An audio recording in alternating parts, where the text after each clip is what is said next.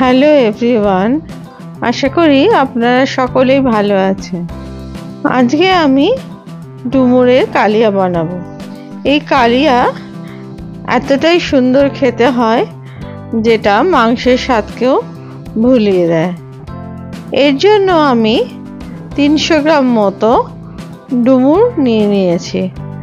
এই ডুমুরগুলো একদম ছোট ছিল আর কচি ছিল, ফলে ডুমুরটা কাটতে কোনো অসুবিধাই হয়নি। আমি এটা ছুরি দিয়ে মাঝখান বরাবর কেটে নিয়ে মাঝের বিচির অংশগুলো ছুরির মাথা দিয়ে কুচিয়ে বার করে দিয়েছি। যেহেতু এটা শক্ত হয়নি তাই পাশ থেকে কাটবার কোনো দরকার হয়নি। এইভাবে প্রত্যেকটা ডুমুর আমি মাঝখান থেকে অর্ধেক করে কেটে তারপরে বিচির অংশগুলো বার করে নিলাম। এই ডুমুর আমাদের স্বাস্থ্যের পক্ষে খুবই উপকারী। ডুমুর ত্বক এবং চুল আর নখকে ভালো রাখতে সাহায্য করে। ডুমুরের পেস্ট মুখের ওপর মাখলে তা ব্রণ প্রতিরোধ করতে সাহায্য করে, ওজন নিয়ন্ত্রণে রাখে আর হার্টের জন্য এটা খুবই উপকারী।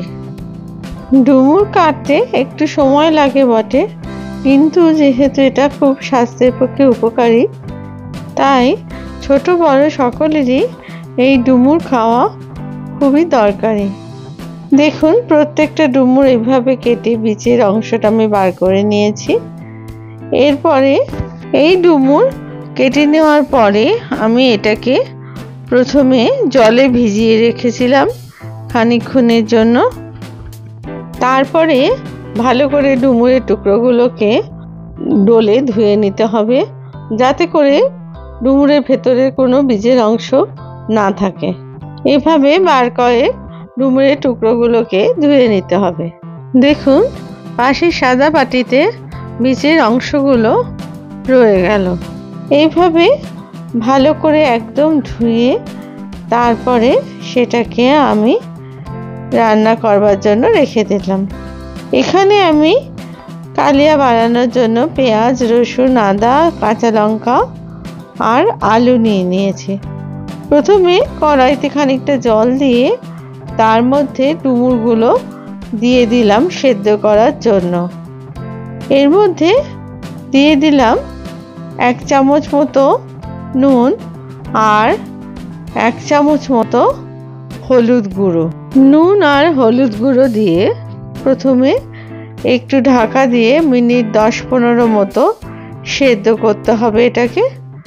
তারপরে 10 মিনিট বাদে আঁচটাকে বন্ধ করে তারপরে এই ডুমুরগুলোকে ছেঁকে নিয়ে একটা পাত্রে তুলে রাখতে হবে। অন্যদিকে আবার কড়াই বসিয়ে তার মধ্যে দিয়ে দিলাম 2টো তেজপাতা, 2টো কাঁচা লঙ্কা আর 1 চামচ গোটা জিরে। ফোড়নে দেওয়ার পরে আলুগুলো দিয়ে দিলাম। সেটাকে ভালো করে ভেজে নিতে হবে, কারণ আলুর মধ্যে যেন কাঁচা গন্ধ না থাকে।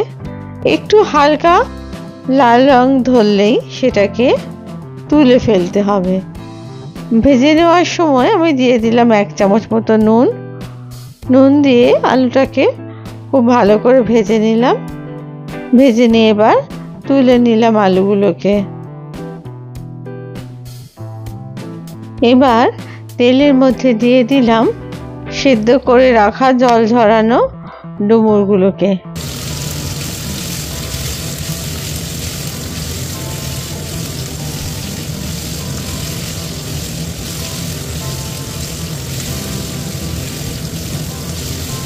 ডুমুরগুলোকেও ভালো করে ভেজে নিতে হবে যতক্ষণ না ডুমুরের কাঁচা গন্ধটা চলে যায়।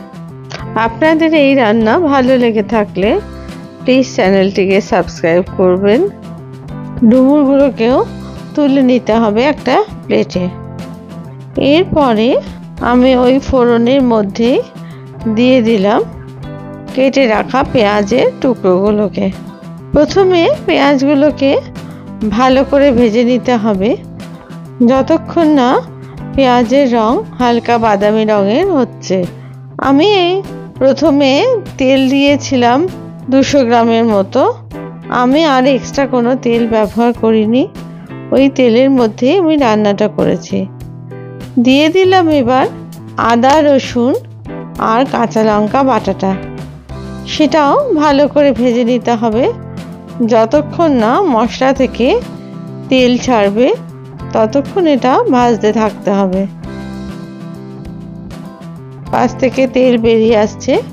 এরপর দিয়ে দিলাম 1 চামচ জিরের গুঁড়ো, 1 চামচ ধনের গুঁড়ো, 1 চামচ হলুদ গুঁড়ো আর 1 চামচ কাশ্মীরি লঙ্কার গুঁড়ো।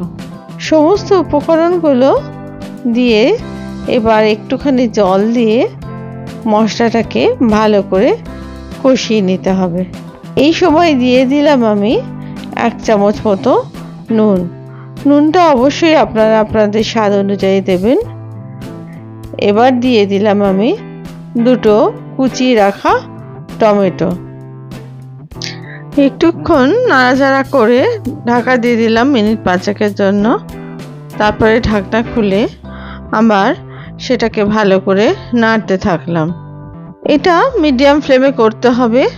টমেটোটা যাতে ভালো করে গলে যায় তার জন্য ঢাকনা দিয়ে দিয়েছিলাম আবার। এবার খুলে আমি দিয়ে দিলাম 1 চামচ মতো ব্রাউন সুগার। আপনারা সাদা চিনিও ব্যবহার করতে পারেন। খুব ভালো করে মশলাটা এবার কষিয়ে নিতে হবে যতক্ষণ না তেল বাইরে থেকে বেরিয়ে আসছে। এবার দিয়ে দিলাম ভেজে রাখা ডুমুর আর আলুগুলোকে দিয়ে আবার ভালো করে নাড়াচাড়া করে সমস্ত মশলা ডুমুর আর আলুর মধ্যে মিশিয়ে নিলাম। একটা ঢাকনা দিয়ে দিলাম মিনিট 5 জন্য। তারপরে আবার ভালো করে নাড়াচাড়া করে নিতে হবে। যত মশলাটা আর সবজিগুলো ভাজা হবে একসাথে তত তরকারির স্বাদও বেড়ে যাবে। ঢাকনা দিয়ে আর ঢাকনা খুলেই করতে হবে এই কাজটা। আমি দিয়ে দিলাম 200 মিলিলিটার মতো গরম জল। এই গরম জল দিলে যে কোনো তরকারির স্বাদই অপরিবর্তিত থাকে। এবার একটা ঢাকনা দিয়ে দিলাম মিনিট 7 জন্য, যাতে সবজিগুলো পুরোপুরি সেদ্ধ হয়। এর মধ্যে যেহেতু জল দিয়েছিলাম তাই আমি 1/2 চামচ নুন আরও যোগ করলাম, করে তরকারির মধ্যে ভালো করে মিশিয়ে নিলাম। একটা ঢাকনা আবার দিয়ে দিলাম মিনিট 5 জন্য। দেখুন আমার তরকারি প্রায় সেদ্ধ হয়ে এসেছে। আলু এবং ডুমুর দুটোই সেদ্ধ হয়ে গেছে। আমি একটু চেক করে দেখে নিলাম এটা।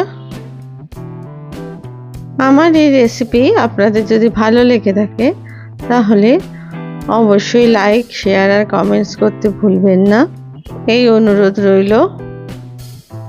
এবার ডুমুরের একটা টুকরো টিপে দেখলাম যে কতটা নরম হয়েছে। এই ডুমুরের তরকারি প্রায় হয়ে এসেছে। এই সময় আমি গ্যাস বন্ধ করে দিলাম। আর ডুমুরের কষ ভাব কাটানোর জন্য আমি শেষে দিয়ে দিলাম একটা লেবুর রস আর দিয়ে দিলাম 1 চামচ মতো মধু। এই মধু আর লেবুর রস কষ ভাবটাকেও কাটাবে আর ডুমুরের স্বাদও অনেকটাই বাড়িয়ে দেবে। সবশেষে দিয়ে দিলাম এর মধ্যে 1 চামচ গরম মশলা আর 1/2 চামচ ঘি। এই ঘি আর গরম মশলা আলাদাই মাত্রায় এনে দেবে তরকারির মধ্যে। এরপরে আমি তেজপাতাগুলোকে ফেলে দিয়ে আবার একটু নাড়াচাড়া করে দিয়ে গ্যাস বন্ধ করে একটা ঢাকনা দিয়ে দিলাম। মিনিট 5 বাদে আমি এটা পরিবেশন করলাম একটা বাটিতে। দেখুন কত সুন্দর হয়েছে এই ডুমুরের কালিয়া। একবার আপনারা বাড়িতে অবশ্য করে বানাবেন, দেখবেন কত ভালো লাগে খেতে রুটি বা পরোটার সাথে অথবা গরম ভাতের সাথে। আপনারা সবাই ভালো থাকবেন। ধন্যবাদ।